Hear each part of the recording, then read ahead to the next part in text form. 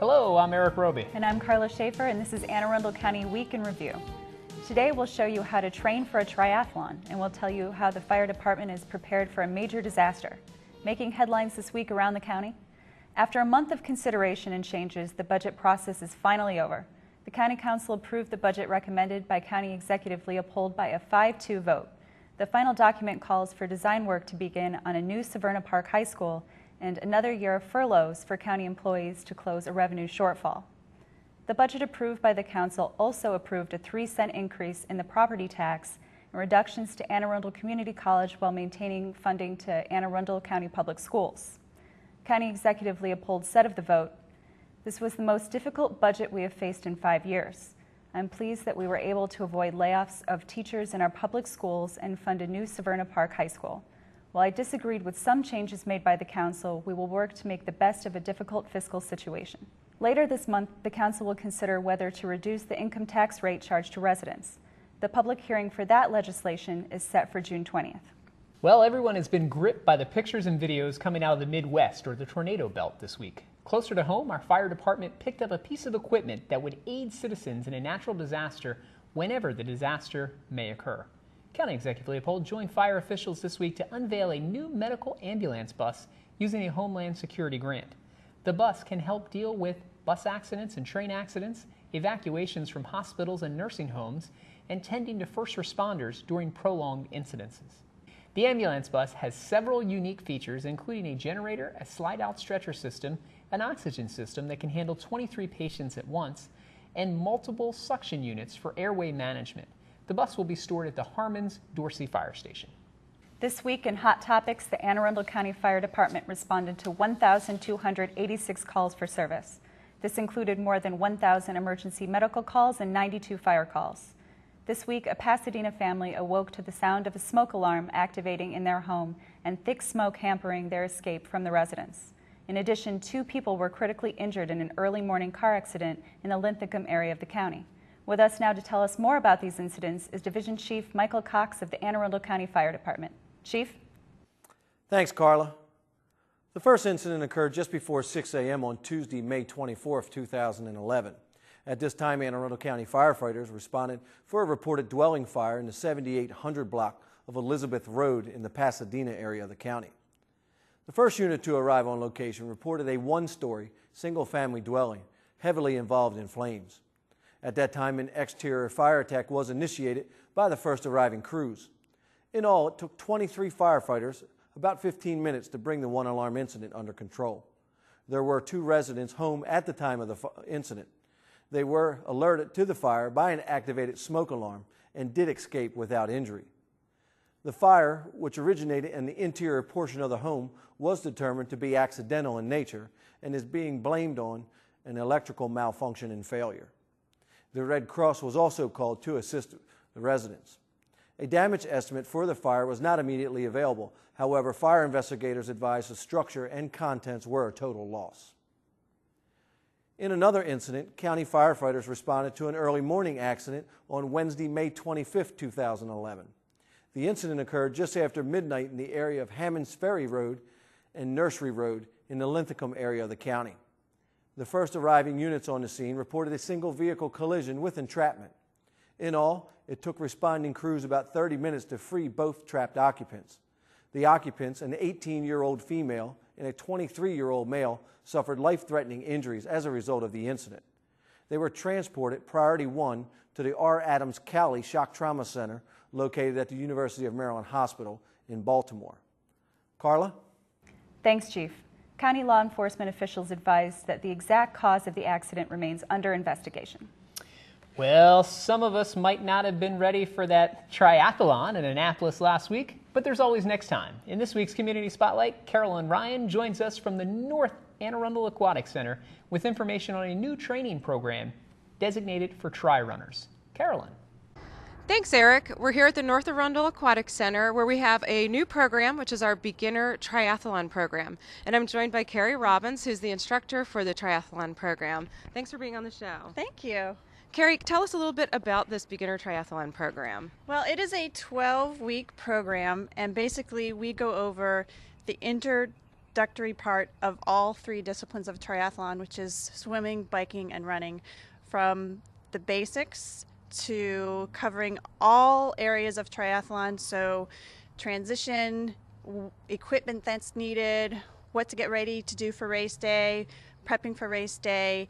I actually develop a 12-week program for the athletes that they can follow and go online and see what they can do each day to prepare for their particular race.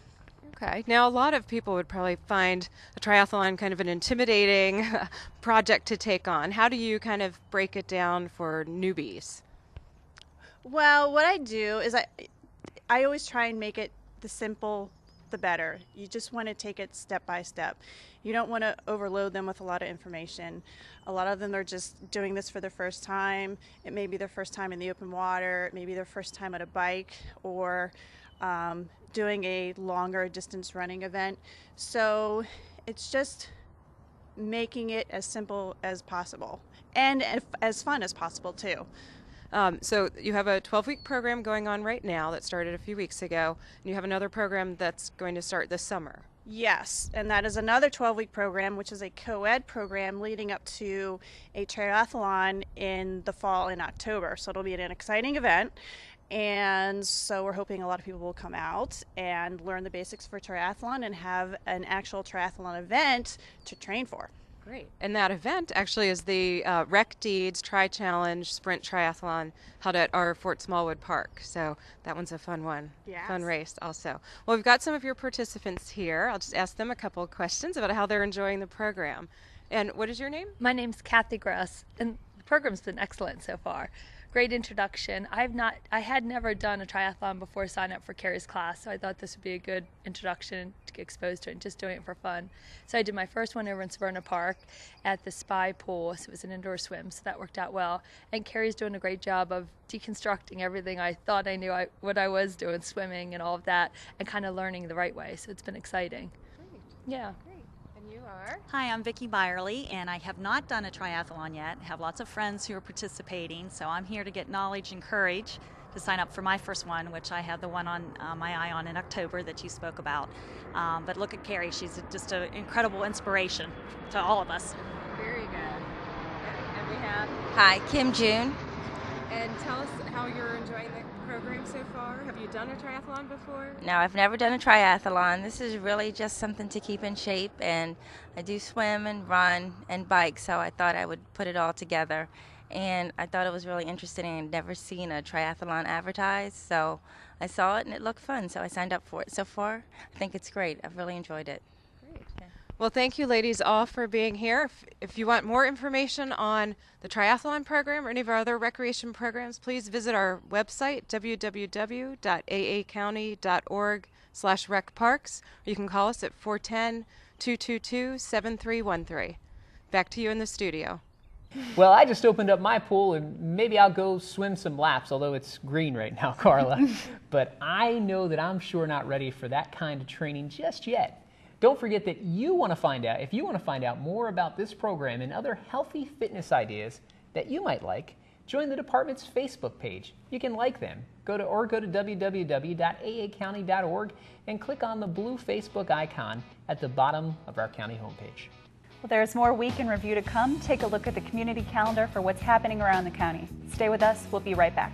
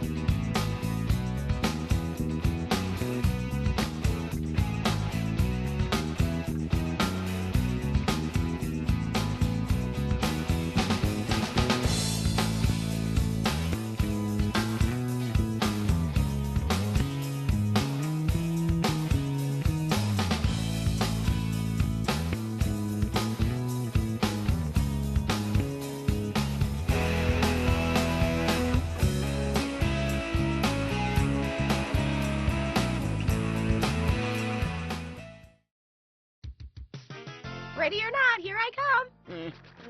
We see you, Gordy. Oh, man, I can't play this game. That's okay, Gordy. Everybody's different. You're supposed to be shaped like that. We're round all over. Bodies come in all shapes and sizes. What's important is that you get exercise and eat healthy, fresh foods.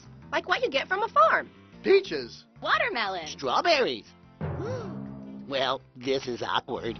It's cool. It's sweet. Fresh from the farm. Let's eat. Let's go to a farm. Welcome back. Well, in this week's Police Beat, Public Information Officer Justin Mulcahy joins us to talk about an armed robbery that took place on May 23rd at the Carrollton Bank branch in Glen Burnie. Justin. Thanks, Eric. When officers arrived, they spoke with the female bank teller who stated that a male suspect entered the bank, displayed a handgun, and demanded money. The employee complied with the demands, and the suspect fled the location with an undisclosed amount of U.S. currency. Several officers searched the area, located the suspect operating a green pickup truck. It was headed northbound on Ritchie Highway. The suspect eventually fled on foot near Strandon Road and Norland Road in Baltimore City and was immediately apprehended. The suspect was charged with armed robbery, felony theft, and 5 counts of second-degree assault. And that suspect is Randall Paul Shreve, age 43, of 1426 North Shire Road in Baltimore, Maryland. We're going to move on now to our second incident. That one took place on May 23rd, about 11:50 in the morning. That's when officers from the Western District responded to the 7900 block of Orion Circle. That's in Laurel for a report of a domestic assault. Now, when officers got on scene, one officer was assaulted by a male suspect who then fled on foot. A foot chase ensued, and the suspect was eventually taken into custody. Now, this was after a long struggle that required the use of non-lethal and less lethal techniques to subdue the suspect. The first officer, a 3-year veteran, was injured and transported by paramedics to Baltimore Washington Medical Center for treatment of non-life-threatening injuries. The second officer, a 13-year veteran, was transported to Baltimore Washington Medical Center for treatment of minor injuries. Both officers were later released. The suspect was transported to Laurel Regional Hospital for treatment of non-life-threatening injuries. That suspect was later released from the hospital and charged with multiple counts of second-degree assault, false imprisonment, obstruction and hindering, also false statement to a police officer, and 2 counts of resisting arrest. The suspect from that incident is Charlemagne Olson Jones, age 35, of 12012 Benjamin Street in Beltsville, Maryland. Now, folks, as always, if you have any information on the crimes or suspects we mentioned on the show, don't hesitate to call, email, or text your tip to Metro Crime Stoppers Hotline. It's available 24 hours a day, toll-free. That number is 1-866-7-LOCK-UP. You can also text message MCS plus your message to crimes at 274-637. Third option, visit the website, www.metrocrimestoppers.net. Remember, phone calls are not recorded and callers remain anonymous. You might be eligible for a cash reward of up to $2,000. Back to you, Eric. Thanks, Justin. Great job again by our county police officers to catch the suspect. That sounds like a heck of a chase, Karla. Well, Eric, if you didn't get your garden planted in time for spring, don't worry. The Anne Arundel County Historical Society's Strawberry Festival is coming. In this week's Community Spotlight, Mark Chang talks to Skip Booth about the event. Mark? Thanks, Karla and Eric. I'm over here in Linthicum at the Benson Hammond House, which is at the corner of Aviation Boulevard and Andover Road. And with me today I have Skip Booth, who is the president of the Anne Arundel Historical Society, and get a little information today about this beautiful property, about the Anne Arundel Historical Society, and this upcoming Strawberry Festival that they're having here. Skip, thank you for coming on the show. First of all, I'd like to ask you, tell us about this property out here. Well, the Benson Hammond House is the only house museum on the grounds of an international airport in the United States. The house that was built originally as a 4-room, 2-story brick house by Thomas Benson around 1828. Almost immediately thereafter, it was added on to accommodate the growing Benson family.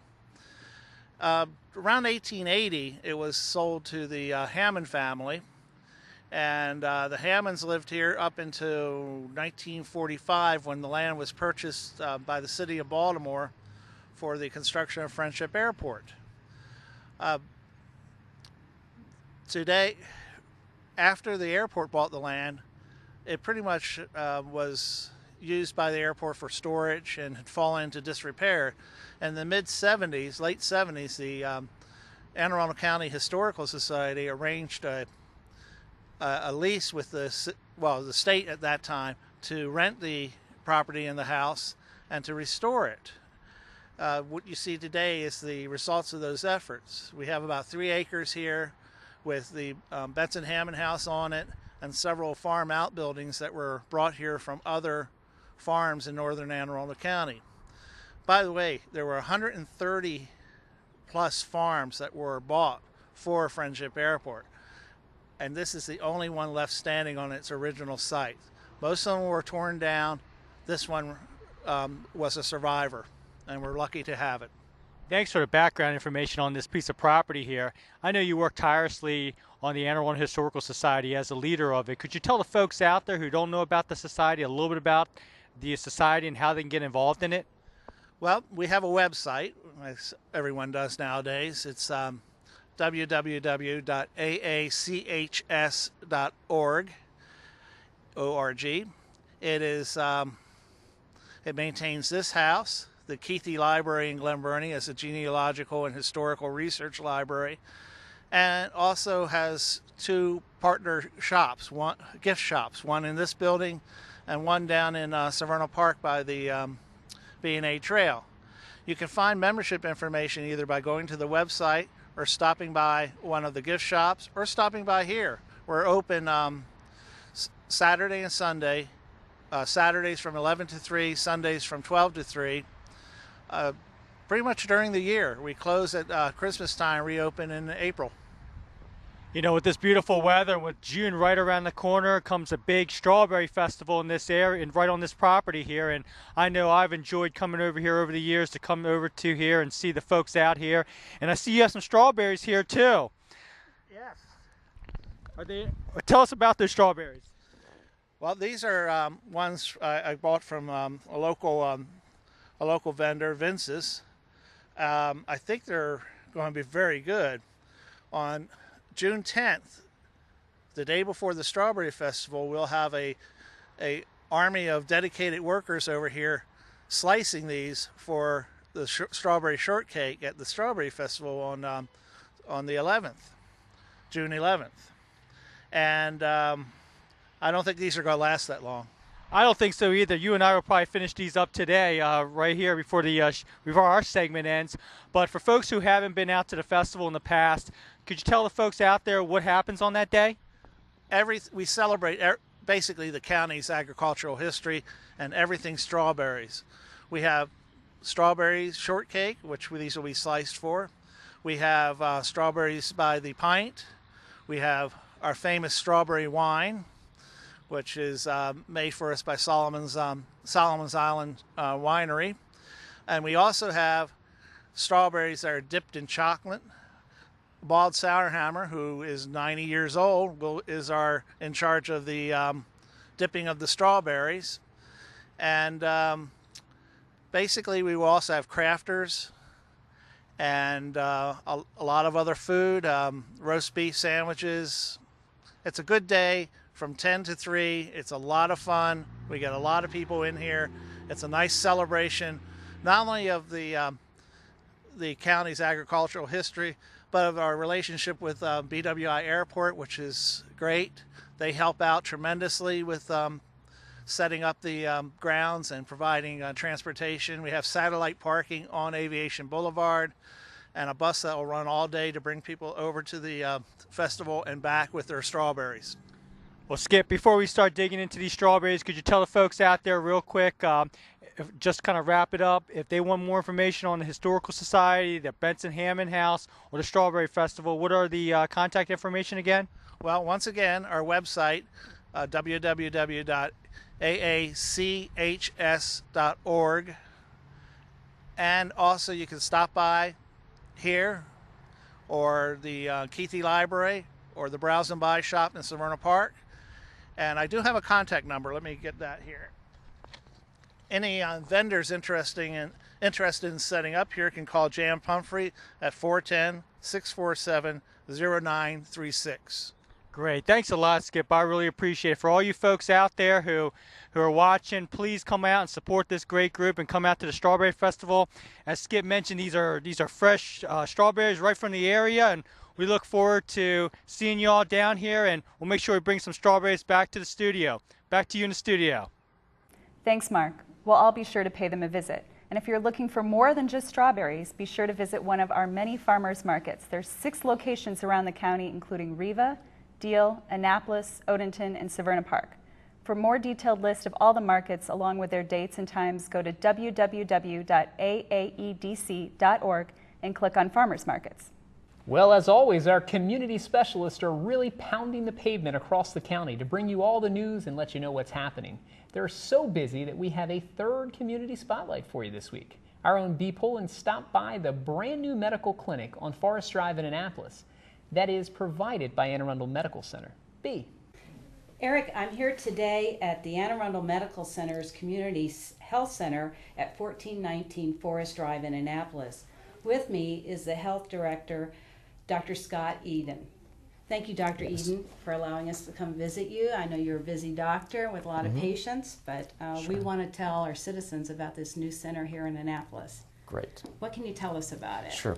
Well, the Community Health Center is essentially a private practice model for primary care delivery. It's a patient-centered medical home, but it's focusing on providing access to care for people that have a hard time with access to care, which is going to be the medical assistance patients, also people that are uninsured, and also the language barrier for the Hispanic population. Okay. What can you tell me about this building that's reused? Right. This building was, this portion of it at least, was vacant for a number of years. Was a medical practice before, and so we've renovated it, and the hospital's done a great job on the renovation. And so it's nice to have the space used as well as to be in the location where the people we're trying to serve are located. I noticed it's on the first level when you come in, first floor. Right. Suite 100, and it's once you walk through the doors, it's really transforming. It's beautifully decorated and cheery and professional looking. Sure, it looks great. It's nicer than my office now. Is it? Because this one's brand new. What was the hospital's mission or intent in doing a center here in this location? Well, the hospital has had what they call a 2020 vision, which is trying to reach out in the community and help people that are having trouble with access to care and improve the overall health of the community, not just serve the people that are sick enough to be in the hospital. And this is part of that project. And so the hospital's had a community outreach center at a place known as the Stanton Center for a number of years, which has done a great job, but we know there's a lot more need than the Stanton Center can provide for the need that's out there. So this is a different animal in that we have a social mission of serving the underserved, but we're also we're charging for our services at reduced rates, and there's a sliding scale available with the idea that if we can generate enough income to make this place come close to breaking even, then we can scale it up and have multiple sites and serve many more people than you can out of just a free clinic. And so the free clinic does a wonderful job, and I'm very pleased that it's there, but we're hoping this could expand our reach.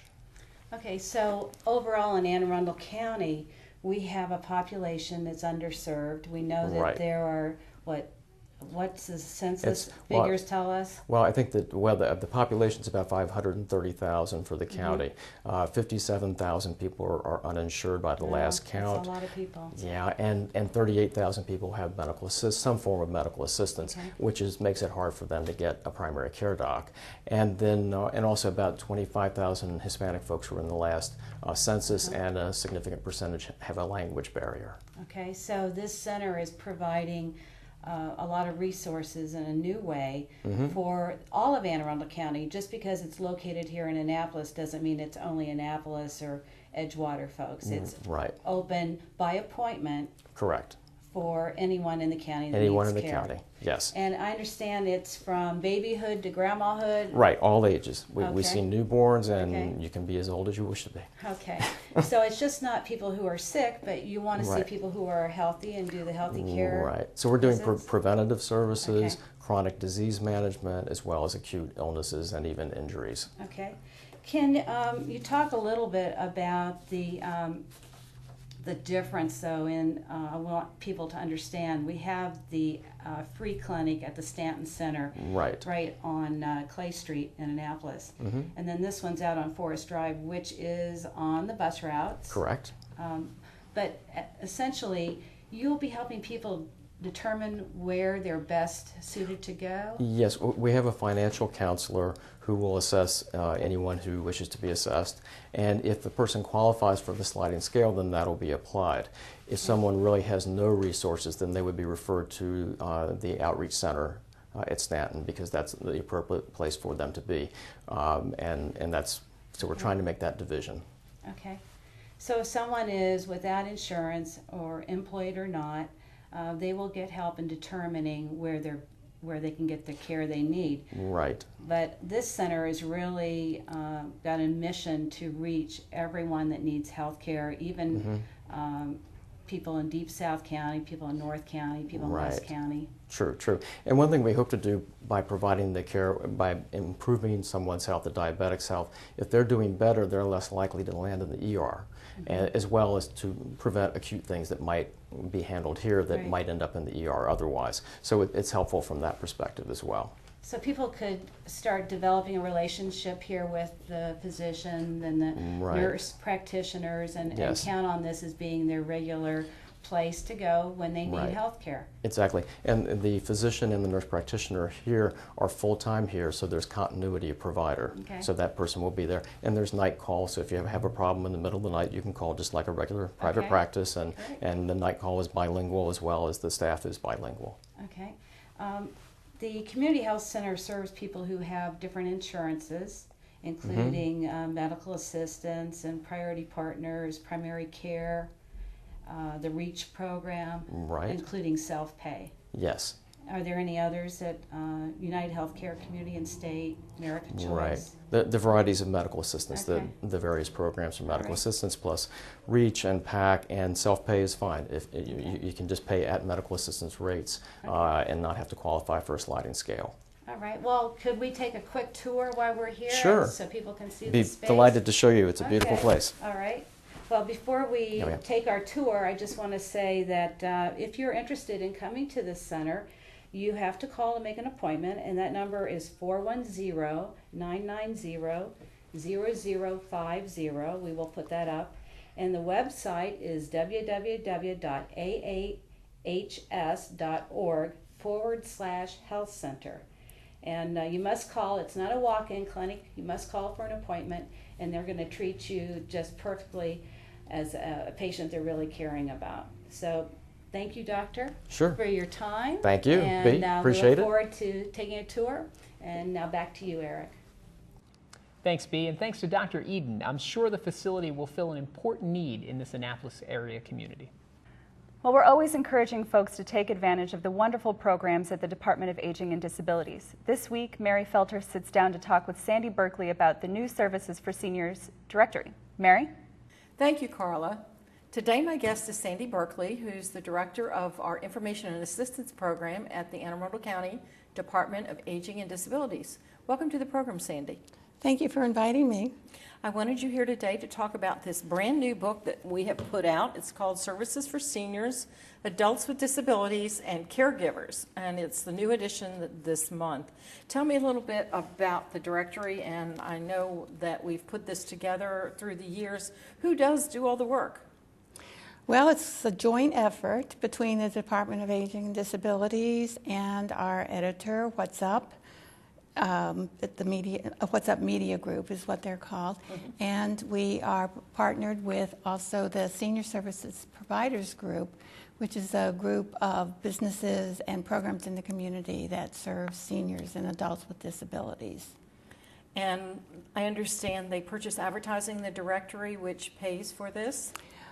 Yes, the businesses, these businesses from the Providers Group purchase advertisements, as well as do other businesses in the community that find this a wonderful way to get services to seniors in the community.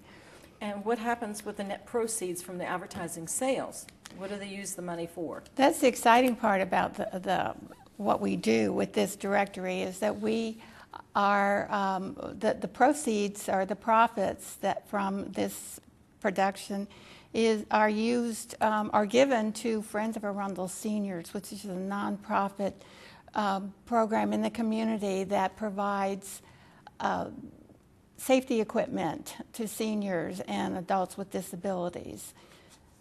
I understand they've helped about 400 seniors per year with this service. Oh yes, at least 400, and it's a very exciting program. They provide all kinds of equipment like shower tubs, transfer benches, raised toilet seats, grab bars for tubs, and things like large house numbers that people can put so that the EMS and fire can find their houses quickly if they need to. And I understand in the directory this year you put in a page that talks about what the Friends of Arundel Seniors do. Yes, that would be a good page to go and read to find out exactly what they do. The group is totally a volunteer group. All of the profits from the directory are used for this safety equipment. There's no one in that organization gets paid for what they do. The Kiwanis clubs and Partners in Care provide the labor in installing all of this equipment. So there's no cost for the labor. That's incredible. And what else is new in the directory this year? What did you add? We added some informational pieces to the directory this year that we hadn't done before, and we're very excited about that because we felt that those people that are reading the directory, especially baby boomers and caregivers in particular, need some information beyond just resources where they can go. So we have several pages of information in the directory this year, from rental housing, how to apply for rental housing, what is rental housing in the community.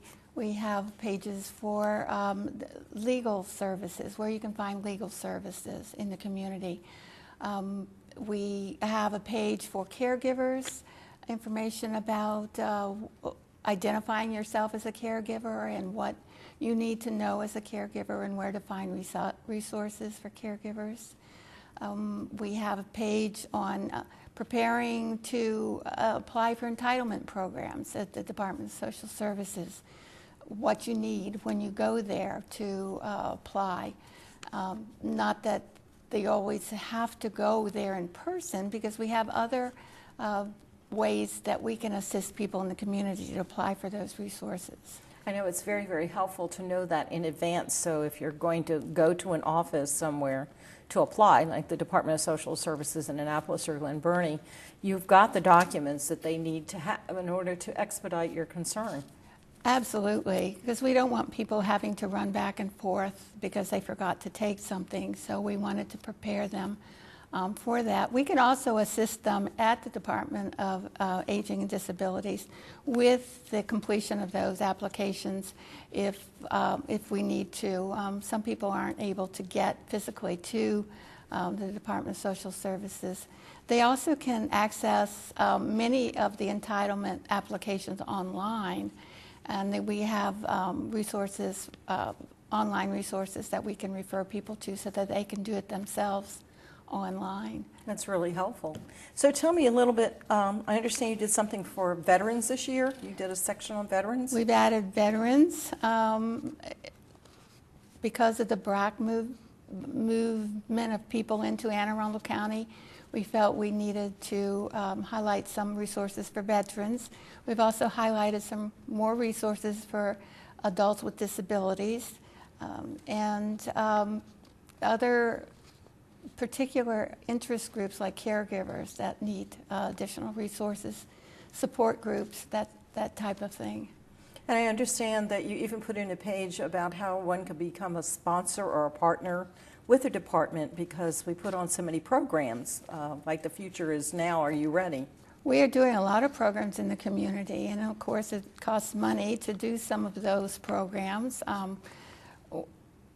The Future Is Now programs are done in the evenings, and we try to spotlight programs and services that are especially of interest to baby boomers, so that they are prepared. Either they're prepared to help their parents, or they're prepared to help themselves, so that things don't happen and they come to us in crises. They'll be prepared and know where to go when situations occur. So I understand you've crammed it full of very good material, and it can be useful to anyone that's even living here or out of state. How can someone who's out of state access this information? We have the entire directory on our website, and that website is www.aacounty.org/aging. And you can go to the face page on that website, and you can find the directory, a link for the directory, and you can read every page on the website. We also have distributed the directories throughout the community. You can get them at the libraries, at all 7 of our senior centers. We have them, of course, in our offices, and our staff, all of our staff take them out with them into the community and drop them off at places where they think that seniors and the disabled adults can get them. In June, they're going to be out at several of the grocery stores, like they're going to be at CVS. In addition to the grocery stores, they're going to be at CVS and Wawa. Well, I know we print about 50,000 copies of these things, so obviously we want people to come and pick them up and use them. Absolutely, and then they can call us anytime for additional information about anything in the directory, or call us to find out where they can get the directory and anything else that we have that we publish. We publish a lot of materials for the community, and are more than willing to get them out to the community when they call. What number should they call? You should call the Maryland Access Point number, which is our information and assistance line, is 410-222-4257. Okay, we'll post that here on our screen so people can find out the number. Sandy, thank you so much for coming in today and telling people about our Services for Seniors, Adults with Disabilities, and Caregivers directory. There is a lot of information in it. It's about 80 pages long, maybe even longer. Has a lot of indexes and a table of contents so that you can find what services are available and who can help you. Thank you so much for coming in. Thank you, Mary. This is Mary Felter, Public Information Officer for the Anne Arundel County Department of Aging and Disabilities for Anne Arundel Week in Review. Back to you, Karla. Thanks, Mary. We'll be sure to pick up a copy because there's so much for our seniors to do in Anne Arundel County.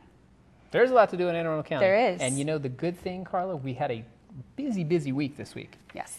Passed the budget. The good news is about 98.5% of the budget that the county executive submitted, the council adopted. Of course, they always make changes. They have to. That's their job. They are the final fiscal authority, and it's their job to make changes, and they did that. And you know, we're pleased with the outcome that we've gotten. Yes, I think everyone's pleased. And another big event happened yesterday. It was the unveiling of the ambulance bus at the training center. Were you a patient, or what did you play a role in this? I was.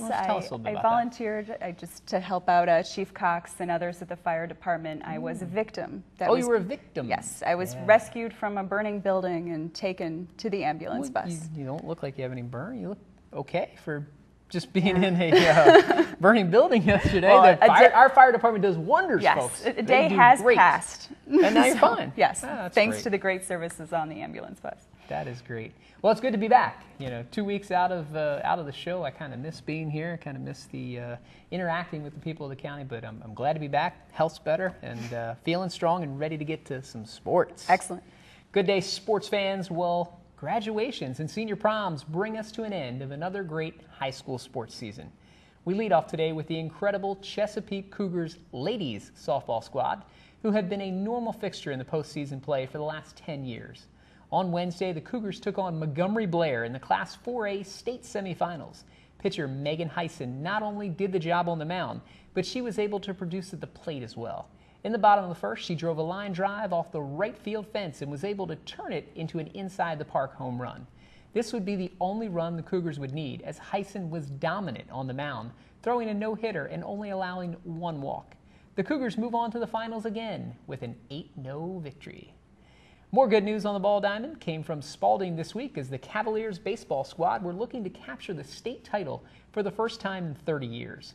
Jamal Clark and Nick Freeberger provided the offensive punch with a solo and a 2-run homer as the Cavaliers were able to jump out to an early lead against Calvert Hall.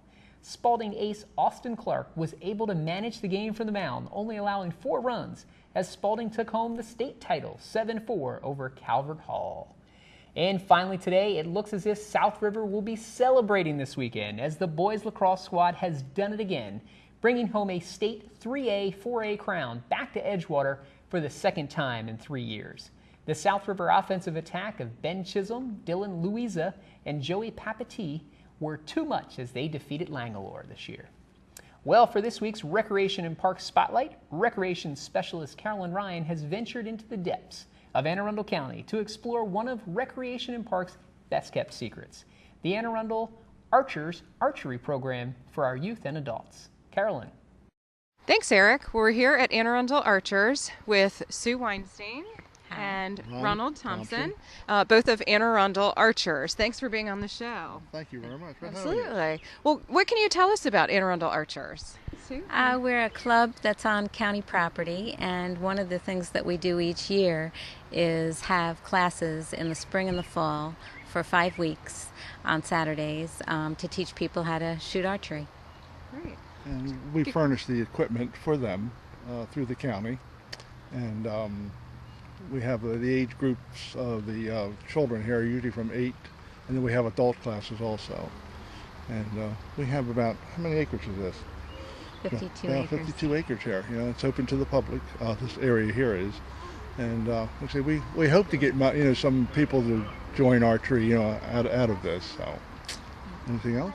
Well, you guys are a little off the beaten path here, but you're really not too far. It seems like you're a little further out than you are, but you're in Crofton, right off of Route 3, and you have an open area people can come in and shoot. Plus, you have the classes. And tell us, can you give us a little background about Anne Arundel Archers? The club originated down in Maury. It used to be called Baltimore B&O Bowman, and we changed the name to Anne Arundel Archers. And we've been down here since 1973 in this particular area here. And it's really a nice facility. Like I say, it's really a pretty park down here. So.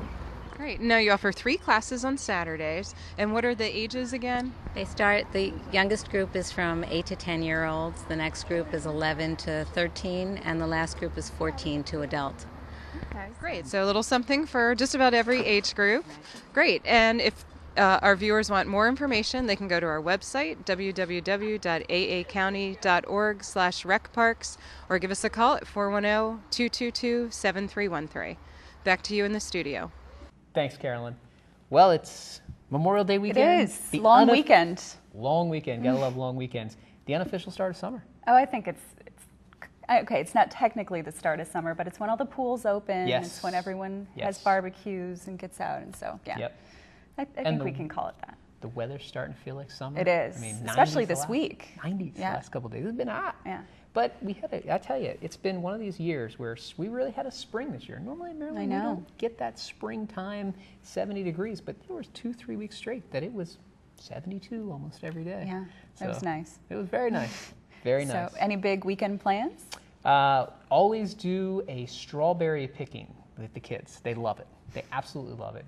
My little ones, 3 and 4, and some neighbors' kids, we go out to a little farm, and the kids just love to pick the strawberries, eat them. They get all red and messy, and you bring them back, and they got their big thing of strawberries, and it's just great photo Throw them opportunities. right in the tub. Right in the tub. Great memories. So we pick strawberries, and then we have a nice little, community neighbors get together and eat strawberry pie, strawberry. Yeah, it's fun. Yeah, it's good. It's a good idea.